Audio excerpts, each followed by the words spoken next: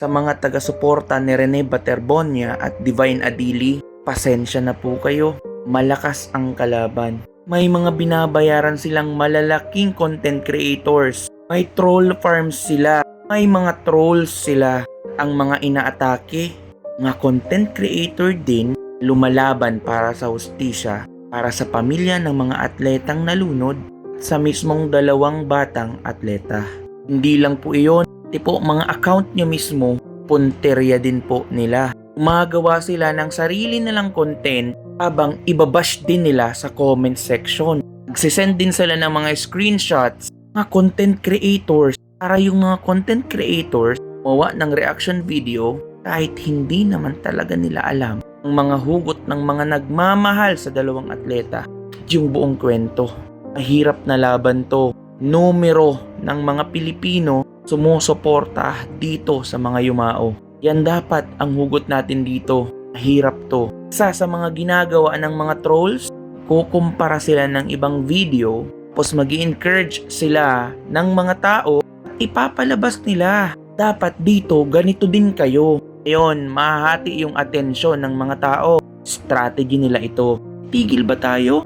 Papadala ba tayo? Suko ba tayo? Hindi. Kahit mas malalaki yung content creators at nabuboost ang mga gawaing ganito, parang kayang-kaya naman nating lumaban dito. Sabi sa gawa ng isang troll, people are talking about Rene being a hero, but they do not talk about Chris Lawrence Fabian who saved a life during a school shooting incident in Tacloban. Gawa niya yan. Tapos ang nag-comment, siya din, pero gamit ang ibang account.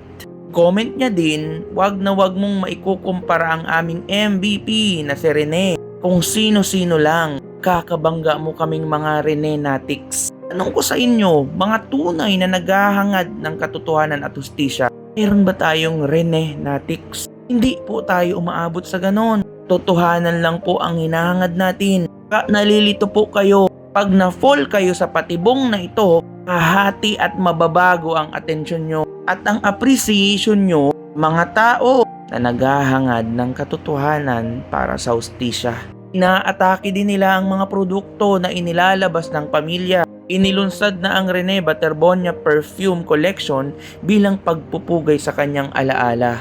Hindi po ito way ng pagpupugay. Nagdidiskarte ang pamilya habang may chance pang makakuha sila ng pera, pangkabuhayan, para kahit anumang ialok sa kanila for settlement, may kakayahan na silang tumanggi dito para sa pure, solid na katotohanan at hustisya. Dapat itong sinusuportahan. Pero kung ayaw mo namang suportahan, intindihin mo na lang. By the way, hindi lang po pagbili ng actual na product ang way of supporting the family. Hindi ka ring magdasal, hindi ka ring mag-share. Most importantly, pwede mo ring ignorin ang lahat ng mapanirang comments. Pwedeng maapektuhan ang family. Kaya nito, parte din ito ng troll farm. Tama pa po ba ito? Exaggerated na masyado. May mga taong pwedeng madala dito. Pero kung alam natin yung drive natin, kung bakit tayo patuloy na sumusuporta para sa pamilya, sa katotohanan at hustisya, alam natin na strategy lang nila ito. Bayad ang mga trolls, bayad ang content creators na nagbo-boost ng ganitong narrative. Meron pang controversial na product ang pamilya, ref magnet na may picture ng pamilya.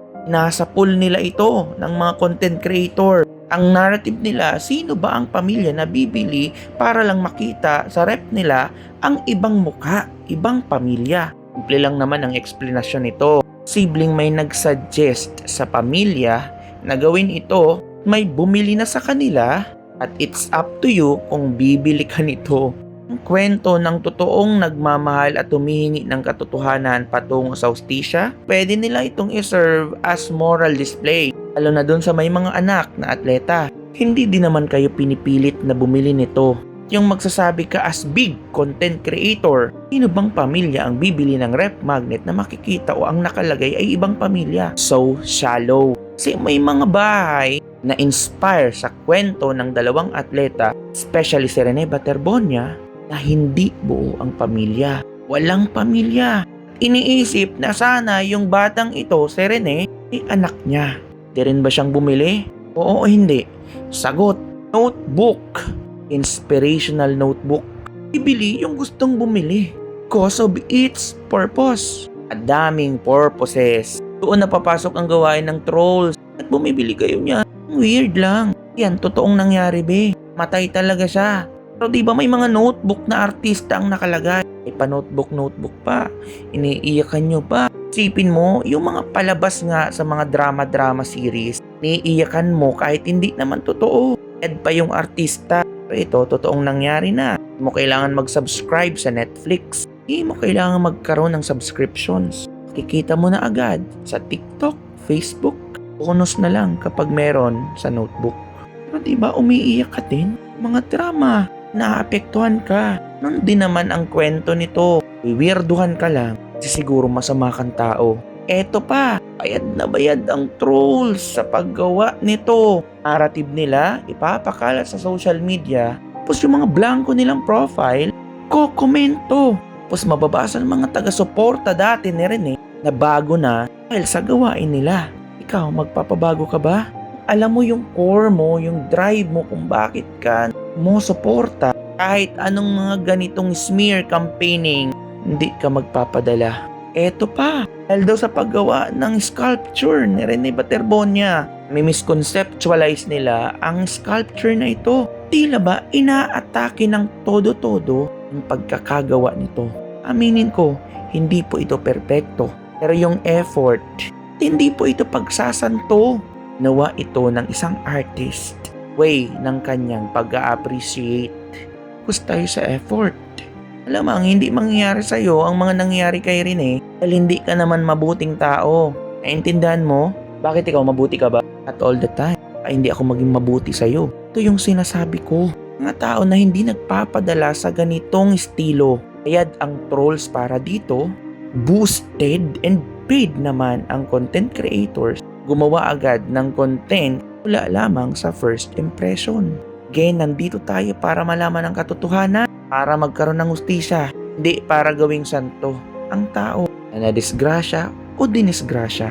Wain ulit ng trolls, supported by paid creators. Papalit daw si Rene kay Rizal. Di tayo aabot sa ganito be. Ang proseso, pagpapalit ng isang may moralidad na tao sa national hero.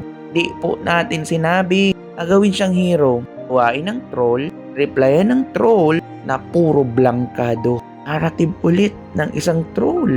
Opinyon ko lang po, dapat palitan na po yung statue sa Rizal Park. Ang tagal na rin naman ni Jose Rizal doon, kaya dapat palitan na yung sculpture niya kay Rene. Diba sobrang halata na sila lang naman talaga ang gumagawa. Kasi alam ko, lahat tayo, ni isa sa inyo, lang mag-iisip ng ganito. Purpose? Para bumaba ang tingin ng karamihan na sumusuporta pa naman, ibang sumusuporta talaga. Naghahangad ng katotohanan. Iisip nila, grabe naman, hindi na ako abot sa ganyan. Wag na nga lang suportahan. See? Yan yung epekto. Another gawain ng troll. Kita yung muka ng 200 peso bill. Wala po tayong gano'n. Minsan ilalagay nila to sa comment section. Tendency magagalit kayo. Kukomment kayo ng todo-todo hanggang maban ang account nyo. Strategy nila. Tawa supporter na naman. Tingnan nyo yung caption. What if ilagay si Rene sa 200 peso bill?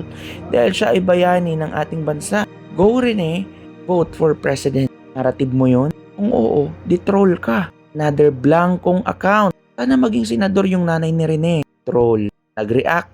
Trolls. Comment. Trolls. Pre may post na ganun. Ito na yung biktima. Anong tinulong ni Rene sa bansa?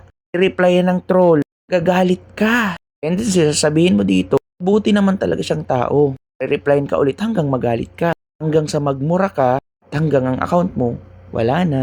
Angkong account again, si Rene na ang bagong Diyos natin. All hail, Rene Baterbonia. Another troll. Angkong account.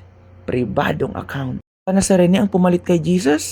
Serve niya daw yun. Troll. At ito pa ang malala. Political issues. Kahit sa SONA, banggitin nila to. Manti-trigger talaga sila. Strategy nga, diba? For me, mas malaki ang naiambag ni Rene sa Pilipinas. See? Strategy. Yung alam nyo na, naniniwala ka pa ba sa madilim nilang diskarte? Isip te.